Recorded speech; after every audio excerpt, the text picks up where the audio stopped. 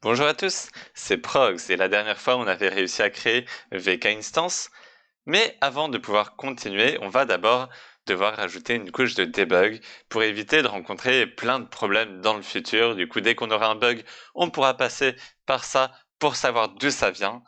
Ça va être pas mal, ça s'appelle les Validation Layers et du coup on va voir ça tout de suite. Alors déjà, il faut savoir que les Validation Layers, c'est pas inclus dans Vulkan de base, c'est dans une extension, et que du coup, pour rajouter des extensions, il faut faire un truc un peu particulier. Donc là, on est sur la documentation de Vulkan, comme vous le voyez, n'hésitez pas à aller voir si vous voulez savoir plus de choses en détail.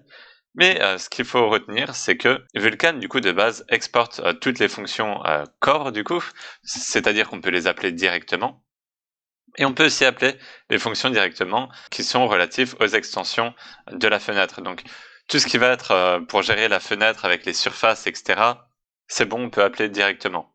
Mais le problème, c'est que nous, comme pour les debug layers, on va utiliser une extension, on va devoir passer par autre chose que du coup appeler la fonction directement. On va devoir passer par le dynamic linking. Et en fait, du coup, on va devoir retrouver la fonction dans la DLL pour savoir si elle est là ou pas. Et ensuite, du coup, on va l'utiliser.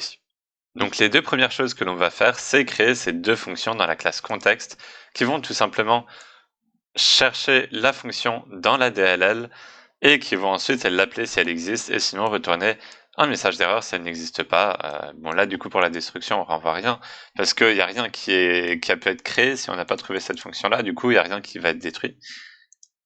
Et du coup, Vulkan possède une fonction qui s'appelle vkGetInstanceProcAddress. Ça permet d'éviter de charger la DLL, etc.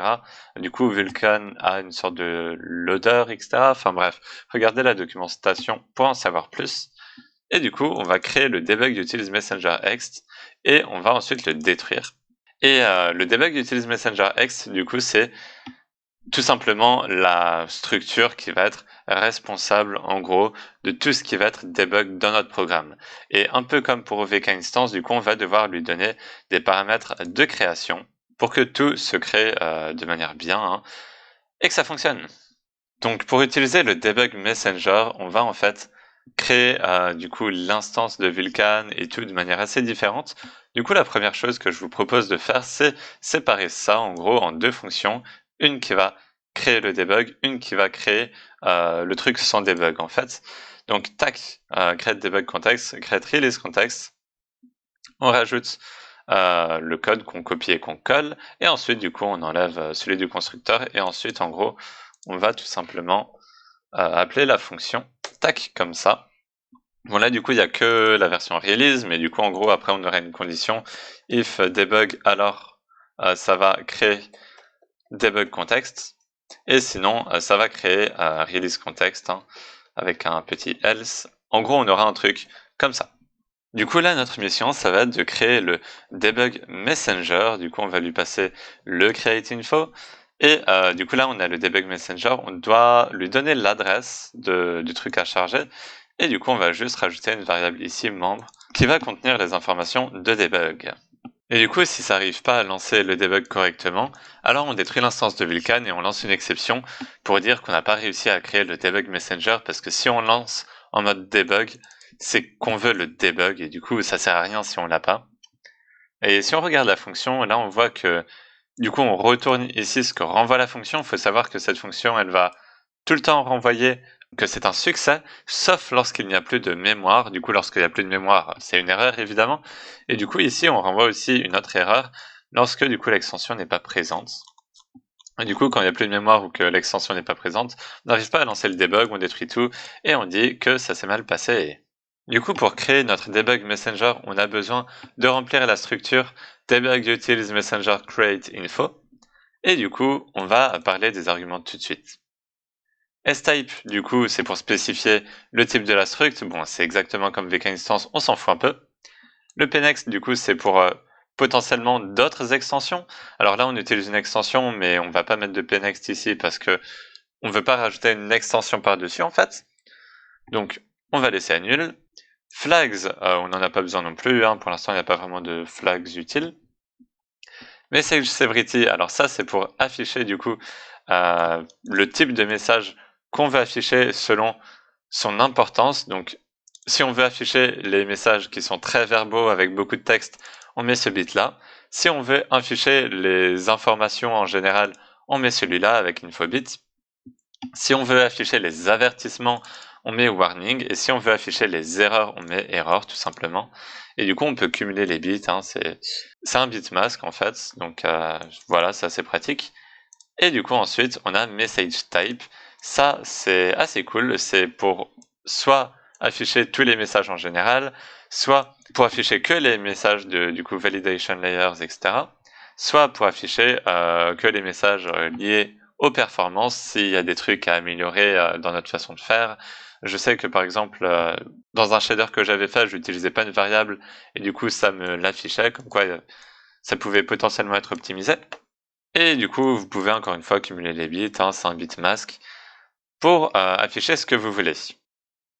Mais comme vous pouvez vous en douter, quand je dis afficher, en fait, ça va pas l'afficher à l'écran, ça va pas forcément l'afficher à la console, ça va tout simplement appeler du coup une fonction callback. Du coup, ça c'est une fonction que vous allez définir et qui va être appelée lorsque du coup il y aura une erreur qui se sera produite. Et du coup, dans cette fonction de debug, tout simplement, dans cette fonction callback, vous pourrez retrouver les informations que vous mettez dans payUserData. Donc ça, du coup, c'est une fonction style C. Du coup, c'est pas une classe, du coup, on peut pas accéder à d'autres variables en dehors de la fonction, sauf si c'est des variables globales, mais du coup, on est propre, on va pas faire de variables globales, et c'est pour ça qu'il y a un userData pour retrouver tout simplement les informations de la classe, par exemple. Du coup, il y a beaucoup de paramètres qu'on va en fait laisser l'utilisateur régler, par exemple ce qu'il veut afficher, etc. Du coup, ce que je vous propose de faire, c'est de créer une nouvelle structure qui va s'appeler Vulkan Context Debug Creation Info, et en gros qui va contenir toutes les informations de création du debug, ou presque en tout cas. Donc là, on a les flags, du coup, d'importance de ce qu'on veut afficher en fait. Et du coup, on va rajouter un pointeur vers cette structure dans le Vulkan Context Create Info, et du coup, on va pouvoir paramétrer ça directement dans le main.cpp. Ce qu'on va aussi faire, c'est tout simplement que si debug info c'est nullpeter lorsqu'on crée du coup notre contexte, alors en fait ça va permettre de savoir si on veut le debug ou non. Du coup, si notre struct tout simplement est nul entre guillemets, c'est qu'il n'y aura pas de debug. Si c'est pas nul, c'est qu'il y aura du debug. Et du coup, on va juste rajouter un boolean dans la classe, par exemple juste ici, pour garder en mémoire si on est en mode debug ou non. Ce boolean, il va aussi nous servir à autre chose, tout simplement à détruire le contexte, du coup, dans le destructeur. Tac, comme ça, parce que du coup, s'il n'y a pas de debug, alors on va rien faire. Mais si le debug est activé, alors on va quand même détruire le debug d'UtilsMessenger, puisque du coup, chaque ressource qu'on crée avec un create, on doit le détruire avec un destroy. Maintenant, on peut enfin remplir les premières informations, les premiers arguments, entre guillemets, du debug create info. Et du coup, on va mettre le S-type, hein, qui est tout simplement ça, et on va enfin mettre le message severity et le message type. Donc maintenant, il ne reste plus que la fonction de callback à créer, et du coup, on va la faire tout de suite. Du coup, ça va être une fonction de style C. On va quand même la mettre dans la classe, mais du coup, comme ce sera une fonction statique, on pourra quand même l'assigner en callback. Donc je vais expliquer un peu ce que c'est, tout ça, hein, quand même. VK API attr et VK API call, c'est tout simplement des macros du coup qui vont être définis par l'API Vulkan, qui vont être remplacés par des trucs un peu aléatoires selon les compilateurs. Et en fait, c'est pour ça qu'on doit en mettre deux, une avant le type de retour et une après. Parce que du coup, selon les compilos, il y aura du coup des mots-clés différents à l'intérieur, propres au compilateur, etc. Et ça va faire plein de trucs différents. Donc c'est lié à la DLL, hein. Et si vous voulez plus d'informations, allez regarder le site de Vulkan, mais en gros, pour toutes les fonctions callback, faudrait les rajouter. Donc, vkbool32, c'est un boolean par Vulkan, hein, c'est le type boolean de Vulkan. Donc, c'est défini par un int ici d'ailleurs. Mais bon. Ensuite, on a du coup message severity, ce sera la severity, du coup, de l'importance du message qu'on va recevoir lors du callback. Ici, on a le type, c'est la même chose, mais pour le type. Ici, du coup, on a les informations de callback. Et ici, on a le fameux user data, du coup, qu'on assigne ici. Et c'est là que c'est assez important. Ici, du coup, payUserData, on met 10. Par 10, du coup, on passe le contexte, en fait. Un pointeur vers le contexte. La classe contexte, l'instance de contexte. Et du coup, ici, ça nous permet, en fait, de récupérer la référence, du coup, vers contexte directement à partir du user data. Et ensuite, du coup, on va pouvoir appeler des fonctions de contexte directement à la suite, juste ici. Donc, ce que je vous propose maintenant, c'est de créer une fonction qui va afficher un message de debug, tout simplement, et on va utiliser cette fonction, du coup, directement dans le debug callback. Du coup, ça va afficher le message. On utilise le callback data pour recevoir, du coup, le message. Tac, et du coup, ici, stdcout, on l'affiche dans le terminal, tout simplement. Vous pouvez l'afficher ailleurs si vous voulez, le mettre dans un fichier si vous voulez, pour vous faire un système de log. On met juste 3 tirets, du coup, pour différencier des stdcout classiques. Et du coup, normalement, c'est censé marcher. Ce que je vous propose de faire maintenant, juste pour la propreté, c'est de transformer la création du debug utils messenger en une fonction, tout simplement, pour que ce soit un peu plus propre et un peu plus lisible, du coup un peu plus court, voilà. On crée juste ça ici, on récupère ici, et paf, c'est bon. Ça nous permet de lire plus rapidement, et je trouve que c'est pas si mal. Le problème avec la façon dont on crée le debug utils messenger actuellement, c'est que comme vous le voyez, on le crée après qu'on crée l'instance, et en soi c'est normal, puisque du coup ça nécessite l'instance pour être créée. Mais du coup, comme ça, en fait, ça veut dire qu'on va pas pouvoir debug le vk create instance qui est appelé juste avant, alors que ça peut être assez utile. Et du coup, pour ça, on va tout simplement remonter le debug messenger create info. On va le mettre ici, et en fait, vous vous rappelez du pnext, ben on va tout simplement l'assigner au debug create info, et du coup, en fait, comme ça, lors de la création du vk create instance, la fonction va tout simplement aller chercher dans les pnext et va trouver du coup un truc à charger, va trouver les trucs de debug, et du coup, ça va afficher toutes les informations de debug avec notre callback. Bon, on a quasiment terminé, mais avant, il faut quand même dire à Vulkan qu'on utilise du coup l'extension de debug.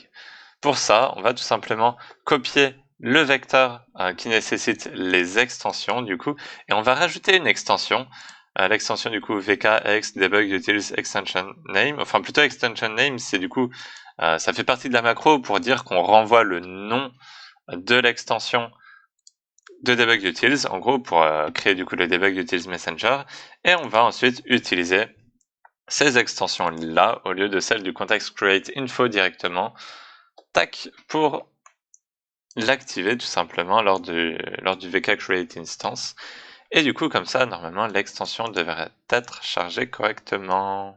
Mais l'extension utilise aussi des choses qui s'appellent des layers, et en fait les layers c'est des fonctions qui vont être placées entre les différents appels de fonctions de Vulkan, qui vont permettre par exemple de vérifier si les valeurs qui sont envoyées aux fonctions sont les bonnes, etc. Et du coup qui va permettre à débugger à tous les trucs de debug, et c'est pour ça que notre extension de debug les utilise. Mais du coup, il faut vérifier si on les a bien, si on a bien les validation layers.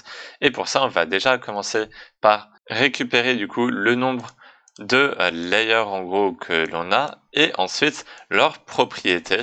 Du coup, on crée un vecteur qui prend la taille du nombre de layers. Hein. On récupère du coup tous les vk layer properties que l'on peut posséder, qui sont disponibles. Et ensuite, en gros, on va, parmi les layers disponibles, on va regarder si on a le vk layer chronos validation. C'est en gros cette layer là qui va nous permettre de débugger l'application avec le debug messenger.